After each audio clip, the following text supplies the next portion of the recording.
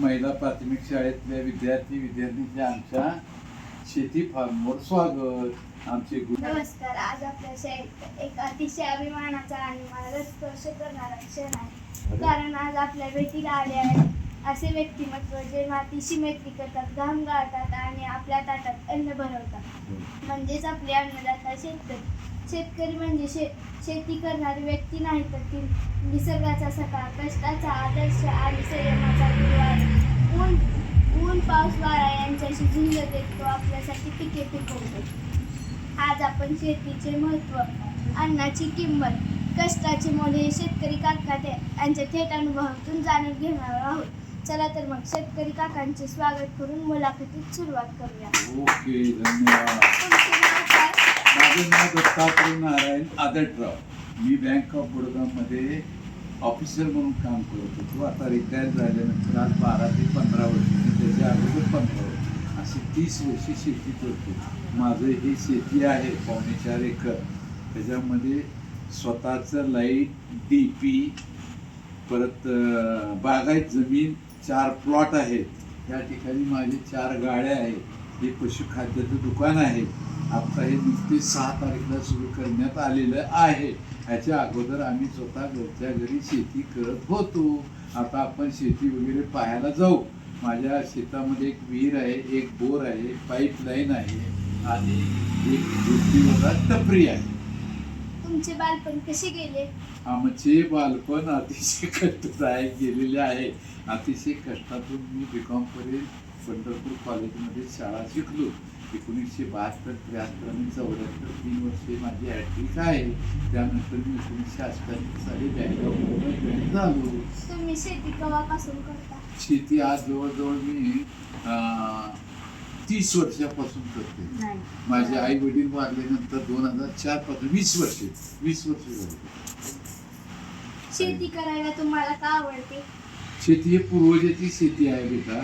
ते पडीक पडू नये, त्याच्यापासून काय तर प्रोडक्शन उत्पादन घ्यावं ही माझी काम आहे.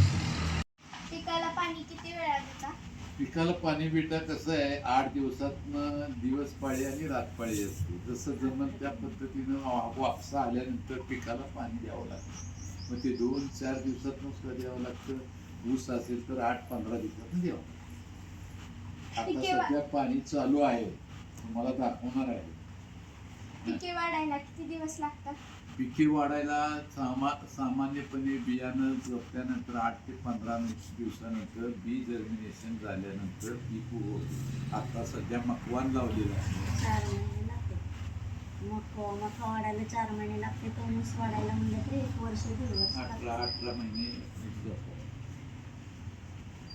कीड रोगांपासून पिकाची काळजी कशी घेता? कोणत्या रोगापासून? कीटक रोगापासून. त्यासाठी फवारणी आहे बेटा. वेगवेगळ्या फवारण्या आहेत त्याच्यासाठी. तणनाशक आहे, त्याच्यानंतर खतं आहेत, युरिया 18-26 वगैरे द्यावं लागतं. झाडे लावणे का गरजेचे आहे? झाडे लावणे म्हणजे पृथ्वीचे तापमान वाढतं आहे, त्यामुळं झाडे लावल्यानंतर समतोल साधून जमिनीचे क्लायमेट, नैसर्गिक थंडावा शिल्लक राहतो. आत्ताच्या या प्रदूषणाच्या काळामध्ये कार्बन डायऑक्साईड खूप वाढलेला आहे. त्याच्यामुळं जीवनाला धोका निर्माण झालेला आहे. बॉडीसाठी ऑक्सिजन आवश्यक असल्याकारणामुळे झाडे लावा. आम्ही शेतकऱ्यांना मदत कशी करू?